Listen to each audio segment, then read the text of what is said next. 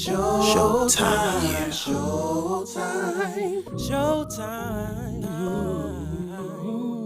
Showtime, yeah. Welcome to the Main J Show. You know who it is. It's your boy Main J, and this is another episode of Maine-Chat. Yes, it is. And we got a few things to talk about. One main thing. Just as an FYI, if you hear a lot of heavy breathing in the background today, it's because my puppy, my baby, will not let me be great, and she just will not go sit down somewhere. So if you hear the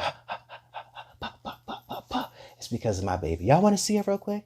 You want to see it? You want to see it before we get started? Come here, Brownie, so they can see who's actually making all this fuss. Come here. Come here. Come here. Come on. Come here. Come here. So they can see you real quick. Say hi, Brownie. Say hi. Say hi. Hi. Say hi, everybody. Hi. Hi, baby. Hi. Okay. Get down there. I'll pay you some attention once I get done with the video, okay? All right. So, I just want to talk to you about this picture that I just saw today. Sit, girl, sit. That I saw today of Pastor Jamal Bryant. And I want to unlayer it and I want to unpack it real quick. Number one, for me, it's not a big deal. Yeah, it's a picture of a prominent pastor, a well-known pastor at a hookah lounge, hookah bar, hookah place, hookah palace, whatever you say. Okay. In all honesty, there's worse things that a preacher or a pastor can be doing. Yeah, is he a man of God? Should he lead by example? And then maybe he is leading by example by keeping it real. Yeah, oh, he's a pastor, he's a leader. He shouldn't be out doing hookah and hookahs injecting your body and all this other stuff. Listen, y'all. Let's start from the beginning. I understand that he's a pastor. I understand that, he's on a different level and he should, quote unquote, lead by example and shouldn't be in public doing these types of things. And pastors are human too. Pastors have issues too. Just because they get up there and preach and they make it look easy and they make it look great, pastors have problems with their marriages just like you have problems with your marriages. Pastors have to pay rent and mortgages just like you have to pay rent and mortgages. They have to go to work sometimes just like you have to go to work sometimes. They got a horrible boss and they want to cuss the boss out. They got to deal with brothers and sisters and siblings and issues all the time too. And sometimes the way how you cope and deal with them, you don't always do it the right way. The same way the humanistic side of your leader, your bishop, your pastor, these people. Now, me personally, just to kind of get away from the judgment and the ridiculement that he's receiving right now, I probably wouldn't have put myself in this place. But what I realized is the only reason why it's a big deal is because he took a picture. If he was doing hookah behind closed doors and how we do a lot of other things, how the church is, in general covers up sin or cover up issues and problems, just don't do it in public, or just don't get caught, or you know what I'm saying? Don't do it close to home. Do it far away where it can't trace back to some of the things that people in the higher level preach and teach and say. Say for me personally, hookah is the least of an issue or problem with me. If I saw my pastor smoking hookah, I'd be like, okay, next. When you got pastors molesting kids, sleeping with little boys, sleeping with little girls, you know what I'm saying, having second families and getting other people pregnant, and you come to find out there's sex trafficking, and there's other things that pastors and preachers are doing that I feel like that should be a big deal. No matter hookah lounge, the man's grown, he's an adult, he's there. He's making the church look bad. Let me break it down for you when we talk about the church looking bad. He ain't making the church look bad because there's thousands on top of thousands of people who do hookah. That's like, okay, he's a pastor, he's doing hookah, I do hookah.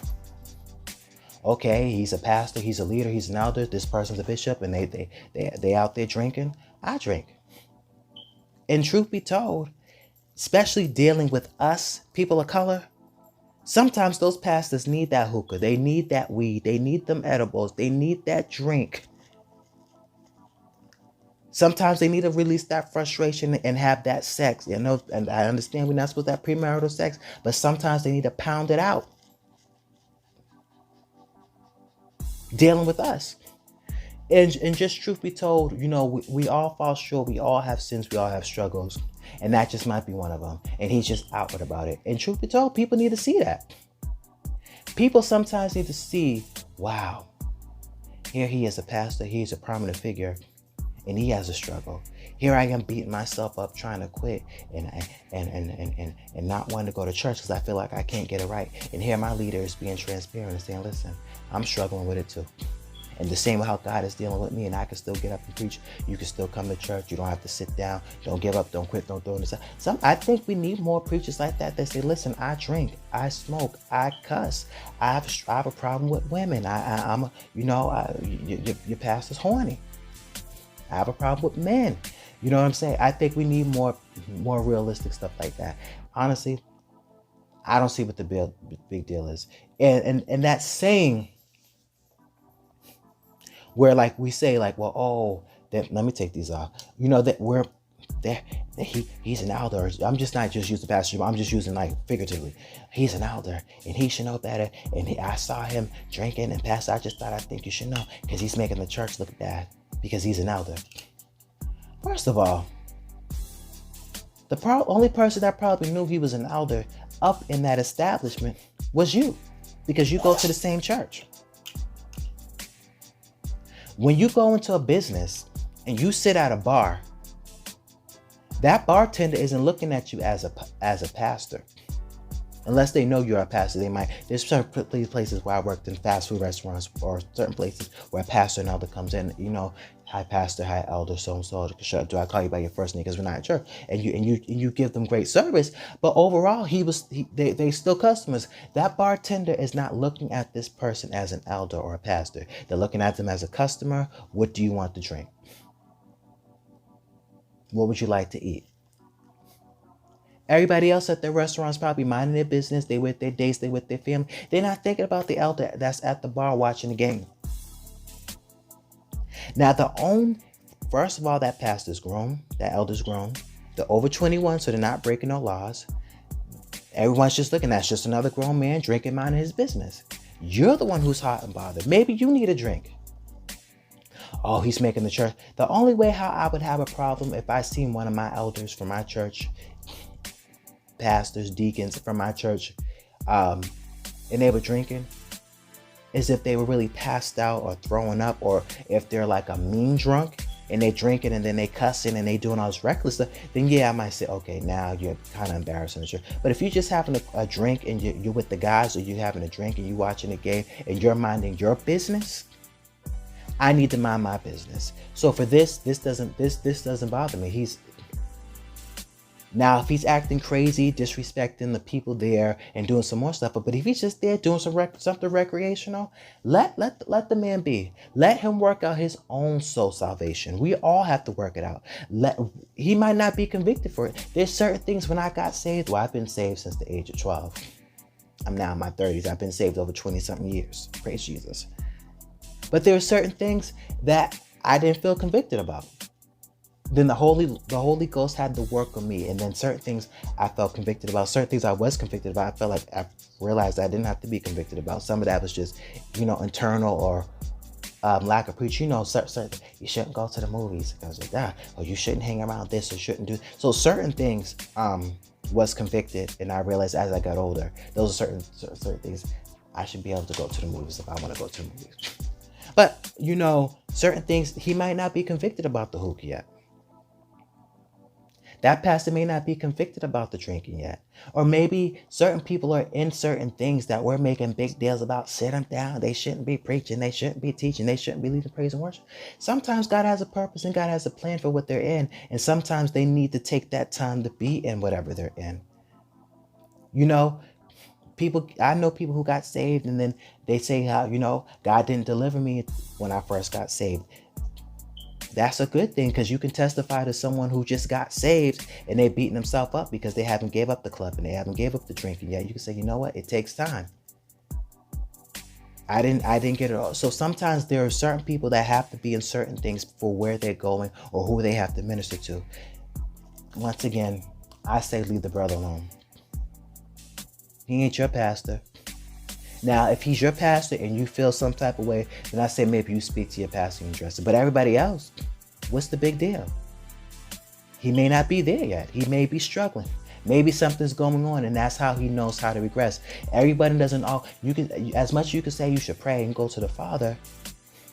After you pray and go to the Father, if you don't get an answer right away, sometimes some people's coping mechanism is drinking. Some people's coping mechanism is smoking. Some people's coping mechanism is sometimes suicidal thoughts and trying to kill themselves, or they got to feel like they got to have sex to help with the pain or get revenge back.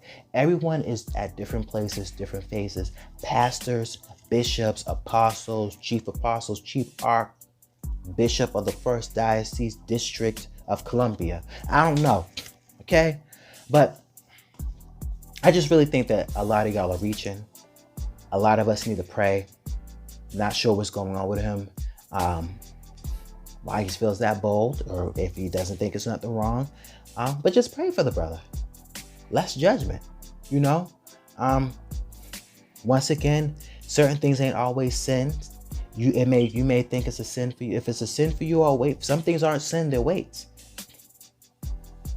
There's some people you shouldn't drink because it's a sin. There's other people they say, well, I can drink wine, or there's some people who are wine believers, or I can have a cocktail long if I don't get drunk. You know, so I just think it depends on whatever you think the scripture is a sin for you, then let that be sin. If he doesn't think that's doing a little hookah is a sin yet or a conviction, then wait until it becomes one. Let the Holy Spirit do its job to convict and make them feel some type of way. Now, if he's doing something crazy, yeah, hold the man accountable. I'm not saying don't hold the man accountable and don't hold him to a standard, but just make sure it's a standard that you're living up to. If he's not supposed to be doing hookah, make sure you're not doing hookah. If he shouldn't be smoking and drinking, make sure you're following that same standard that you're holding him accountable to. Because if you're struggling, you should be able to relate and say, you know what? As much as I know he's a pastor and this is not a good look, I'm struggling right now too. We're all struggling. We're all dealing with stuff. Moses was a drunk. You know what I'm saying? David was a hoe. I can't think of some more people, but even Paul said there's thorns in my flesh. There are things that I'm constantly ever before the Father about. Doesn't mean you have to be public, but he decided to be public. He decided to be real. I like that. Be real with this. Be honest with the promise. Be real with your shit. And that's what he's doing. Good for you, Pastor Bryant. We need more people. You know, at least he's not preaching hell and damnation and you're going to hell and this and this and that. And then he's turning around causing more hell and more damage and more damnation by not only doing what he's preaching the hell about, but sometimes doing it with the people that you're preaching to about it. You're homosexual, you're gay, yeah, this shit is not, you're going to hell. And then after service, you're sleeping with these boys and they're trying to be delivered, but they can't be delivered because they with you, and then they being entangled in that mess and can't get out of it because they like, yes, preach, pastor, but then after sleeping with the pastor, at least they're being real with their stuff, you know?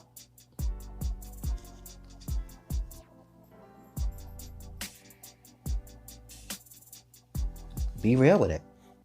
So that's all I got to say, Pastor Jamal. I'm praying for you. I'm rooting for you and your ministry. You know, you're a great preacher. I listen to you.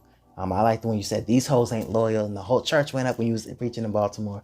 But you know, y'all, let's just stop reaching. Let's just stop reaching with these people and we're in 2020 pandemic. There's other things we can be worried about. You're worried about him.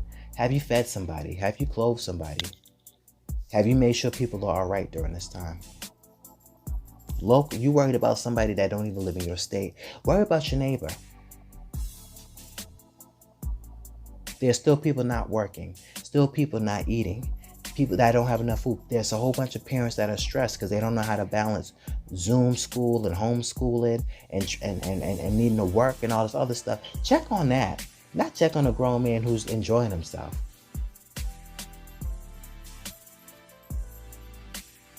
All right, that's it. Pastor Jamal Bryant, do you Saints that really know how to pray, pray. All you judgmental people, go suck on something. Go suck on prune juice or something, on a prune. I don't know. But be happy. And this has been another episode of the Maine-J Show. Thank you all for tuning into Maine-Chat and listening to what I have to say. You know what to do. Like, love, share, comment, give me feedback. Email me, text me, call me, Facebook me, DM me, Snapchat me, all of it. Peace.